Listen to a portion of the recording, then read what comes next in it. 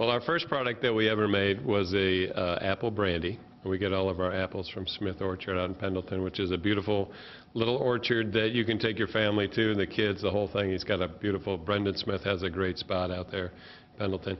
So we started, my partner Frank and his family used to make hard cider, allegedly. And allegedly, it may not have been all the way legal. Nobody can Nobody knows. deny. So we started with apple brandy, so we basically make a hard cider and then we twice distill it. And so this would be the first product is an unaged version of that, what the French would call an eau de vie. Ooh, fancy. It's tasty too, and this is going to have a lot more apple smell on top of it. It's good for mixing into, especially a sangria season will be here before you know it, knock on wood. And then we would take the same product, the apple brandy, and put it into a barrel, and now we have an aged brandy. So what's the difference in the flavor between that which was aged in the barrel and not?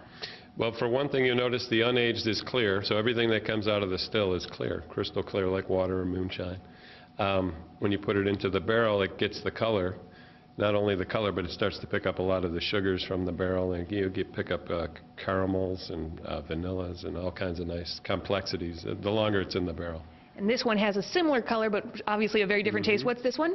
So this is a bourbon whiskey, Buffalo's first bourbon whiskey ever, because the original bourbons back in the late early 1900s would have been made in Bourbon County, Kentucky. So this is Buffalo's first bourbon ever, really, and that's made with grains. Whiskeys are made out of grains, brandies are made out of fruits. And we're also going to be launching Buffalo's first straight bourbon coming up in either, I think, April or May. And you've just gotten into the vodka. This is from batch number 3. I've had a bottle from batch number 2, which I also really enjoyed. Tell me a little bit about this.